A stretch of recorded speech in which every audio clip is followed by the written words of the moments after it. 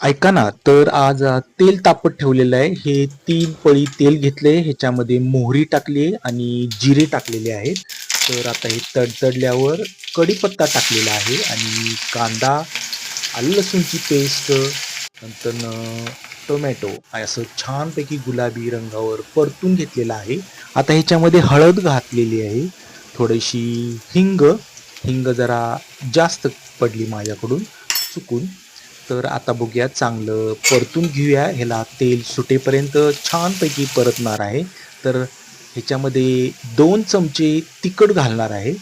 तर बघा, मी हे घरगुती तिखट आहे आणि हे काळा मसाला आहे. हा मसाला अर्धा चमचा घालणार आहे, जास्त नको, नाहीतर लईच तिखट होईल. तर चला, तेल सुटेपर्यंत छानपैकी तेल सुटलेलं आहे. आता ह्याच्यामध्ये मटकी मोड आणलेली थोडी शिजवलेली आहे आणि ह्याच्यात थोडे शेंगदाणे घातलेले आहेत, म्हणजे शेंगदाणे घालून शिजवलेले आहेत. तर चला, ही मटकीची भाजी बनवायची आहे. आता ह्याच्यामध्ये आपण मीठ घातलेलं आहे. आता छानपैकी मटकीची भाजी तयार होत आहे. तर चला, ह्याच्यावर कोथिंबीर संपलेली आहे, तर ही एकच पान शिल्लक होतं भुरभुरण्यासाठी. तर भूर फक्त एकदाच टाकलेला आहे. तर ताटाला चपाती लावलेली आहे. ही मी स्वतः चपाती बनवलेली आहे. तर चला, किती छान बनवली चपाती. आणि हा भात मी स्वतः बनवलेला आहे, पांढरा शुभ्र लुसलुशीत. जशी चपाती लुसलुशीत आहे, तसा भात पण लुसलुशीत आहे.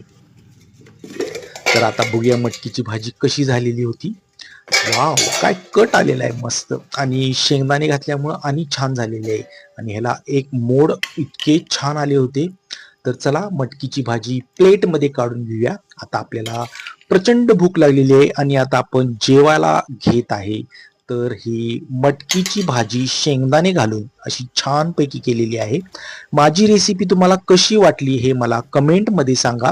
आता मी जेवत आहे. तर थँक्यू.